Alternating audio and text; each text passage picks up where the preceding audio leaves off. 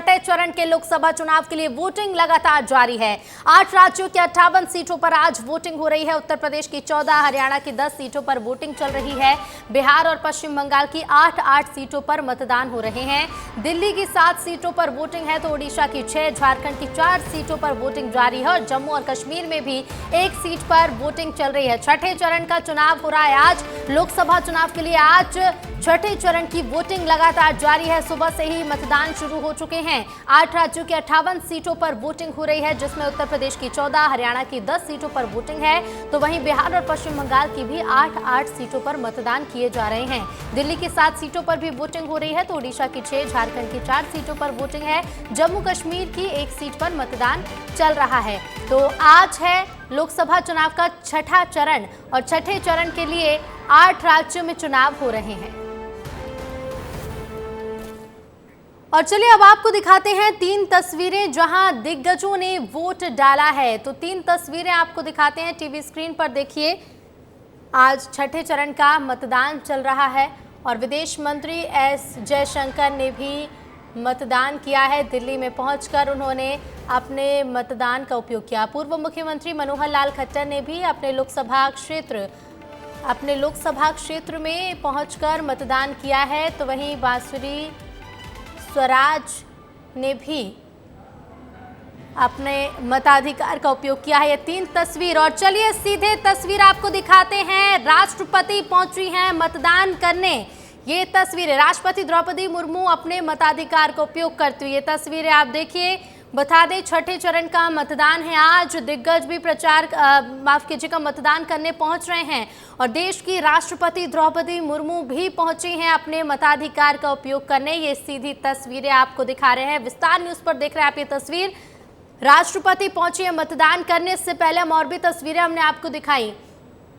विदेश मंत्री एस जयशंकर और इसके साथ ही पूर्व मुख्यमंत्री भी मतदान करने पहुंचे और अब इसी बीच राष्ट्रपति द्रौपदी मुर्मू भी अपने मताधिकार का उपयोग करने पहुंची हैं। ये तस्वीरें आप देख सकते हैं। आज छठा चरण है लोकसभा चुनाव का और लोकसभा चुनाव के छठे चरण में आपको बता दें कि छठे चरण में 8 राज्यों की 58 सीटों पर वोटिंग हो रही है। और ये देखिए, ये तस्वीरें आप देखिए, राष्ट्रपति द्रौपदी मुर्मू अपने मताधिकार का उपयोग करती हुई आपको नजर आ रही है। और साथ ही आपको बता दें पीएम मोदी ने जो अपील की है कि एक वोट महत्वपूर्ण है, एक वोट मायने रखता है और ज़रूरी है कि आज जिन क्षेत्रों में लोकसभा के चुनाव हैं वहां के रहने वाले लोग अपने मताधिकार का उपयोग ज़रूर करें, वोट ज़रूर डालें। ये अपील लगातार प्रधानमंत्री नरेंद्र मोदी भी कर रहे हैं देश की जनता से कि ज़रूर वोट डालें। और ये देखिए, एक वोट कितना महत्वपूर्ण है, एक वोट कितना मायने रखता है, ये बहुत ज़रूरी है। और इसके साथ ही आपको बता दें पीएम मोदी ने आज देश की जनता से अपील की है। एक्स पर पोस्ट किया है प्रधानमंत्री ने और लोगों से वोट की अपील पीएम मोदी ने की है। ये देखिए, पीएम मोदी का ट्वीट सोशल मीडिया एक्स पर। पीएम मोदी लिखते हैं कि एक वोट मायने रखता है। एक्स पर पोस्ट किया पीएम मोदी ने और लोगों से अपील की है वोट की और लिखा है कि एक वोट मायने रखता है। आप भी अपने लोकसभा क्षेत्र में पहुंचिए और जल्द से जल्द अपना वोट दीजिए। तो लोगों से वोट की अपील की है प्रधानमंत्री ने और लिखा है कि एक वोट मायने रखता है। बता दें आज छठे चरण का मतदान है और छठे चरण के चुनाव में 8 राज्यों में चुनाव हो रहे हैं आज। और बता दें आपको कि 8 राज्यों की ये कुल 58 सीटें हैं जिन पर आज मतदान हो रहे हैं। और ये देखिए, ये अपनी उंगली पर स्याही का निशान दिखाती हुई राष्ट्रपति द्रौपदी मुर्मू, ये तस्वीरें आप देखिए। राष्ट्रपति ने भी अपना वोट डाल दिया है और अपील सभी से यही है कि सभी अपना वोट जरूर डालें। तो ये देखिए, सीधी लाइव तस्वीरें आपको दिखा रहा है विस्तार न्यूज। राष्ट्रपति द्रौपदी मुर्मू ने भी मतदान कर दिया है और सभी को अपनी उंगली पर लगा हुआ वो स्याही का निशान भी दिखाया जो बताता है कि आप वोट कर चुके हैं। ये तस्वीरें आप देख रहे हैं। और बता दें आपको कि आज उत्तर प्रदेश की 14 सीटों समेत कुल 8 राज्यों की 58 सीटों पर मतदान सुबह से ही शुरू हो चुके हैं और सुबह से ही वोटिंग जारी है।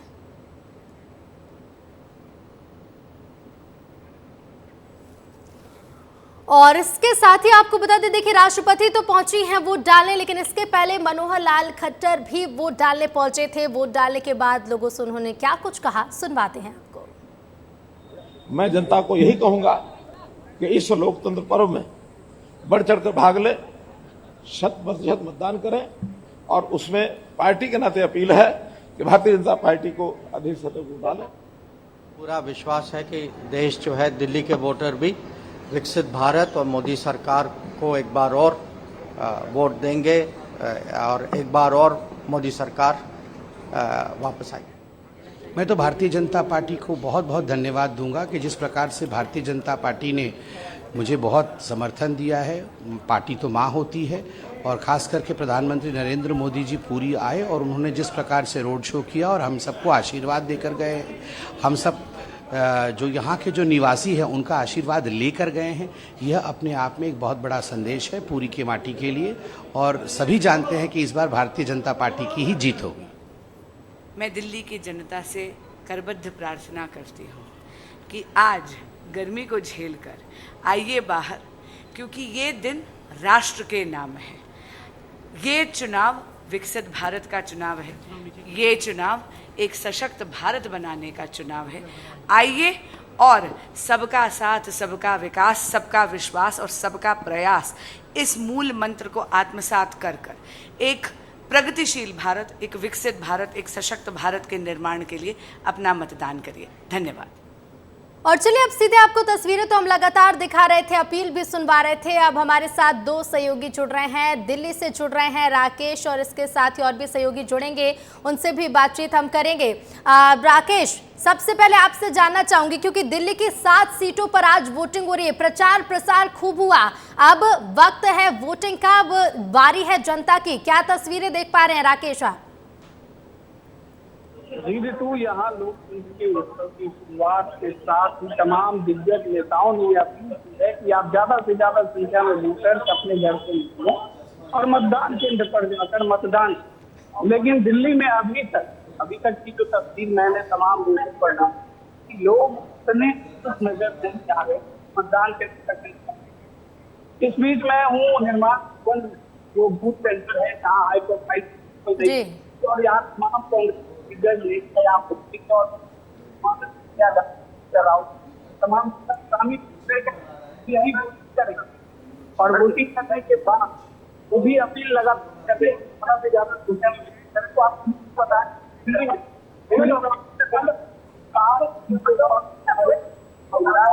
बिल्कुल राकेश, आपकी आवाज ठीक तक हमसे नहीं पहुंच पा रही है। राकेश, लौटूंगी मैं आपके पास। हमारे साथ प्रतापगढ़ से आदर्श भी बने हुए हैं।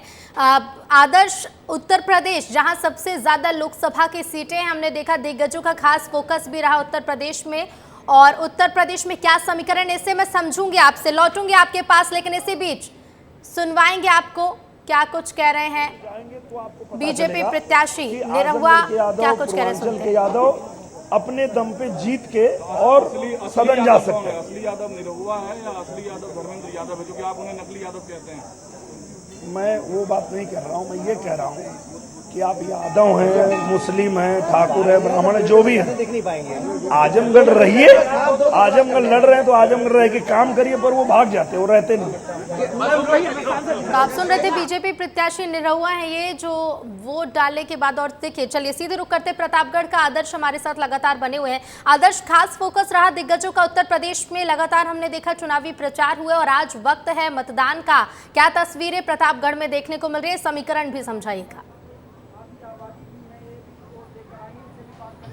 देखिए, बिल्कुल आपने सही कहा, 80 सीटें माफ़ कीजिएगा यूपी में आती हैं, और ऐसे में बेहद महत्वपूर्ण ये रण हो जाता है यूपी का। और इसी वजह से जैसे ही बाकी चरणों के चुनाव खत्म हुए, बीजेपी के साथ साथ सभी विपक्षी दलों ने पूरी ताकत जो है वो यूपी में झोंकी है। और अगर हम अभी की बात करें तो 14 सीटों पर मतदान हो रहा है, जिनमें से ज़्यादातर अवध और पूर्वांचल की सीटें शामिल हैं। और ये बेहद महत्वपूर्ण है खासतौर पर बीजेपी के लिए, क्योंकि इस इलाके में, या यूँ कहें कि इन सीटों पर, इन अंचलों में पिछली बार 2019 के चुनाव में बीजेपी ने काफ़ी बढ़त हासिल की थी। और ऐसे में इस बार के चुनाव में कहीं न कहीं समाजवादी पार्टी और कांग्रेस के गठबंधन की वजह से नेक टू नेक फाइट भी कुछ सीटों पर मिल रही है। जैसे अगर हम जौनपुर की बात करें या फिर फूलपुर की बात करें, प्रतापगढ़ भी उनमें से एक सीट है। तो ऐसे में निश्चित तौर पर बीजेपी के लिए थोड़ी यहाँ पर ज़्यादा मेहनत करने की ज़रूरत ज़रूर है, लेकिन इतना ज़रूर है कि ये जो पूरा रण है, पूरा इलाका है अवध और पूर्वांचल का, इसमें लड़ाई बेहद दिलचस्प होने वाली है। चाहे हम आजमगढ़ सीट की बात करें या फिर सुल्तानपुर सीट की बात करें, प्रयागराज सीट की बात करें या फिर जौनपुर सीट की बात करें, वो तमाम सीटें हैं जहाँ पर कई सारे सियासी समीकरण, गुणा गणित जो है वो बैठाए गए, फिट किए गए और उसके बाद बीजेपी ने पूरी ताकत के साथ यहाँ पर चुनाव प्रचार भी किया है। ऐसे में निश्चित तौर पर ये देखना बेहद दिलचस्प होगा कि आखिर इस बार यूपी किस करवट बैठता है, खासतौर पर अवध और पूर्वांचल जिसे राजनीति का गढ़ भी कहा जाता है। ऋतु जी बिल्कुल आदर्श, हम देख पा रहे हैं मतदान केंद्र पर आप मौजूद है, कुछ तस्वीरें भी आप हमारे दर्शकों को दिखा पाएं कि उत्तर प्रदेश की प्रतापगढ़ में मतदान केंद्र किस तरह से तैयार किए गए हैं, लोग कितने पहुंच रहे हैं।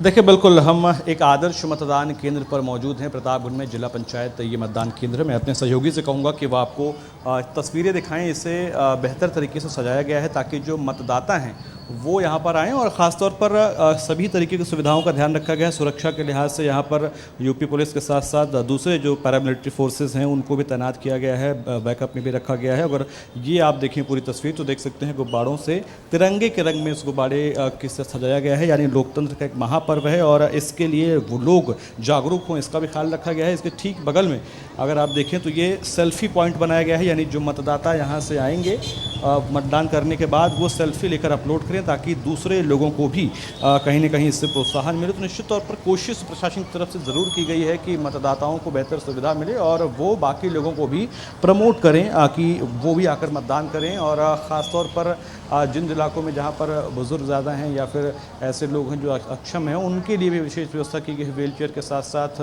बैलेट पेपर की भी व्यवस्था की गई है। ऋतु जी बिल्कुल आदर्श बने रहिएगा, लौटूंगे आपके पास। और देखिए लगातार तस्वीरें आपको दिखा रहा है विस्तार न्यूज़ और ये तस्वीरें आप देखिए उपराष्ट्रपति जो कि मतदान करने पहुंचे हैं और देखिए लगातार विस्तार न्यूज़ आपको दिखा रहा है तस्वीरें। मेरे सहयोगी राकेश भी लगातार बने हुए हैं दिल्ली से।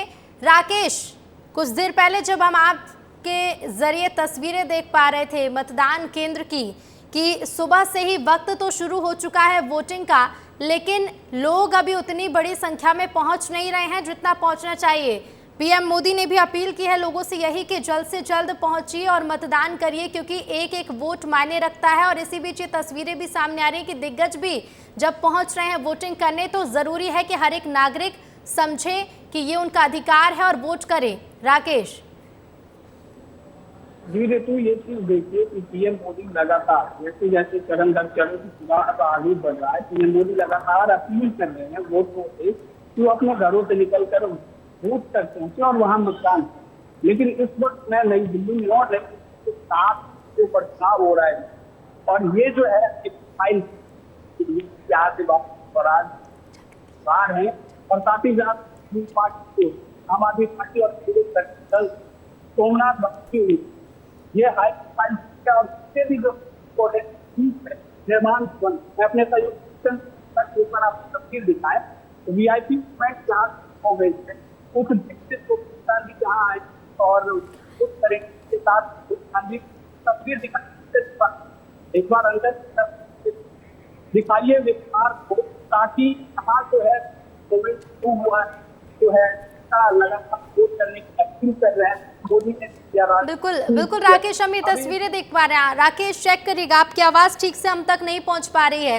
तो ये देखिए तस्वीरें, उपराष्ट्रपति जगदीप धनखड़ भी पहुंचे, मताधिकार का उपयोग करते हुए वोट डाल रहे हैं। और देखिए लगातार अभी हमने आपको दिखाया था राष्ट्रपति द्रौपदी मुर्मू भी पहुंची थी मतदान केंद्र पर और इसके साथ ही उन्होंने वोट डाला और वो स्याही का निशान भी दिखाया जो बताता है कि आप मतदान कर चुके हैं। लगातार तस्वीरें विस्तार न्यूज़ आपको दिखा रहा है, दिग्गज लगातार पहुंच रहे हैं अपने वोट का उपयोग करने के लिए, वोट डालने के लिए। लेकिन इसी बीच पीएम मोदी ने भी एक्स पर पोस्ट कर जनता से अपील यही की है कि एक एक वोट मायने रखता है, तो जल्द से जल्द पहुंचिए और वोट डालिए। राकेश हमारे साथ जुड़े थे। राकेश, शुक्रिया आपका। साथ ही आदर्श, आपका भी शुक्रिया ये तस्वीरें पहुंचाने के लिए। लगातार विस्तार न्यूज आपको दिखाता रहेगा तस्वीरें, क्योंकि आज छठे चरण का मतदान हो रहा है और छठे मित्रा से मिल रही है बड़ी खबर। बारूद फैक्ट्री में ब्लास्टिंग की खबर मिल रही है। ब्लास्टिंग के बाद लोगों में हड़कंप मचा हुआ है। ब्लास्टिंग में कुछ लोगों के मारे जाने की भी खबर है। इस घटना के बाद से दहशत में है लोग। जिला प्रशासन की टीम घटना स्थल पर रवाना हो गई है। बेरला ब्लॉक के ग्राम बोरसी में स्थित बारूद फैक्ट्री का ये पूरा मामला है। बारूद फैक्ट्री में ब्लास्ट हुआ। ब्लास्टिंग के बाद से लोगों में हड़कंप मचा हुआ है और संवाददाता भूपेंद्र साहू फोन लाइन पर जुड़ गए हैं। भूपेंद्र, क्या जानकारी, कैसे हादसा हुआ है? होल्ड पर रखा है, कृपया लाइन पर बने रही। तो ब्लास्टिंग में कुछ लोगों के मारे जाने की खबर है और घटना के बाद दहशत में लोग, करीब 9 लोगों के मारे जाने की खबर मिल रही है। ब्लास्ट हुआ है बारूद फैक्ट्री में। ब्लास्टिंग की खबर सामने आई, बेमित्रा से मामला सामने आया। ब्लास्टिंग के बाद लोगों में हड़कंप मचा हुआ और आपको बता दें 9 लोगों के मारे जाने की खबर है। ब्लास्टिंग में 9 लोगों के मारे जाने की खबर सामने आई है। घटना के बाद से लोग दहशत में हैं। जिला प्रशासन की टीम घटना स्थल के लिए रवाना हो गई है। बेरला ब्लॉक के ग्राम बोरसी में स्थित बारूद फैक्ट्री का ये पूरा मामला है। बारूद फैक्ट्री में ब्लास्ट हुआ है। ब्लास्टिंग के बाद से हड़कंप की स्थिति है और 9 लोगों के मारे जाने की खबर मिल रही है। बारूद फैक्ट्री में ब्लास्टिंग हुई और इस ब्लास्टिंग में 9 लोगों के जान चली गई।